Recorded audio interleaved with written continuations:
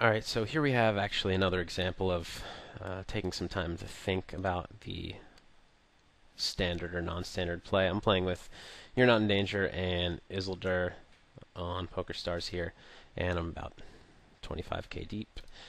Isildur 3-bets, and he has a very wide 3-betting range, especially in positions, and this hand is just easily strong enough to 4-bet. So I'm happy to 4-bet. He calls. He certainly has a connected hand and a pretty good hand, but he doesn't have to be super premium. I flop the second nuts, and basically in this spot I'd be betting with almost my entire range. I shouldn't say my entire range, 'cause that's not true. And I chose 3,800 into 11k, which I think is about right. It's good enough to get a little bit of fold equity with my bluffs, whereas I think, if I bet 28 here, it just invites bluff raises and floats and things like that. Although this still invites those things anyways, and I do have the second nuts, so I kind of want to induce those things, but I always focus on staying balanced, and this is the amount I would bet here with all my hands.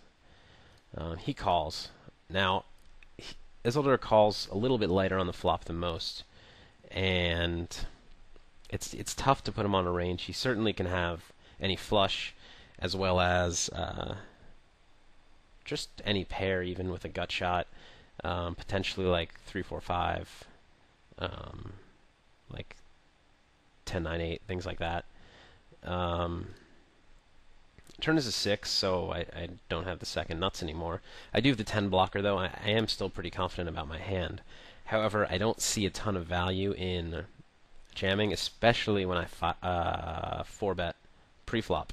I think it looks a lot like I have aces, and so if I were to jam here, I would never jam with dry aces. So I think that if he thinks pre-flop, I have aces 60-70% of the time, and those times when I jam his turn, it's because I have a flush. That's going to make up a big chunk of my range that hasn't beat.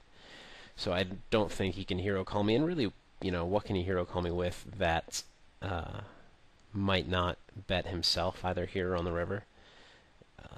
So I decided to check. I'm not folding this hand, but essentially I don't think there's much value in a bet. I'm trying to give him a little bit of rope. He certainly can be floating with a lot of hands here. He checks behind. River is a 4, and I think this is a spot where a lot of people jam for value, maybe bet 7k or something like that for value. And I think that, though it feels like a standard play, I think it's the wrong play in this case. First of all, by jamming here, I think actually he's capable of folding some flushes. I think I look very strong. Like I said, the same thing that applied to the turn applies now on the river. Had I, if he's assuming aces are a large part of my 4-betting range in this spot, then he's going to assume that I wouldn't be betting with dry aces, so it looks a lot like I have a flush. And obviously I can have some non-ace-ace XX hands in this spot, but many of them would be double suited, so fairly likely I have a flush. Anyways, I'm going to continue to rep ace-ace and check here. The benefits of that, I think most flushes will jam anyways. Specifically, Isildur likes to go for thin value. As well as, I pick off some floats and some bluffs. Like, he could turn a 10 into a bluff here, and I think he's calling 100% of the time on the flop with a 10. I think he's calling 100% of the time on the flop with any kind of straight draw, any pair, really.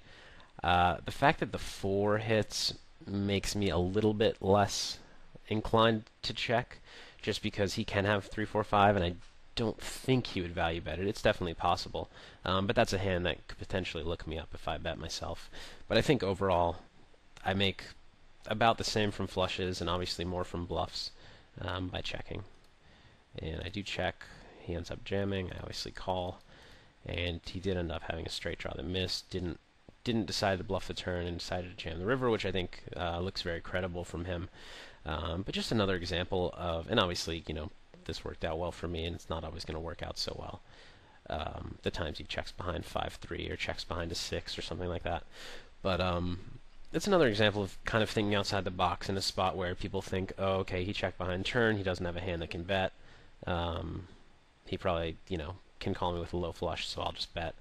You really have to think about your range and about his range, and it's a spot where a bet by me shows a lot of strength, I think, and a check by me very credibly represents a hand that is bluffable and value townable at the same time. So I think he'll value bet pretty light, potentially, a hand like 5-3, potentially even a 6, although I think kind of unlikely. And then he'll certainly bluff with the majority of his bluffs, or at least half.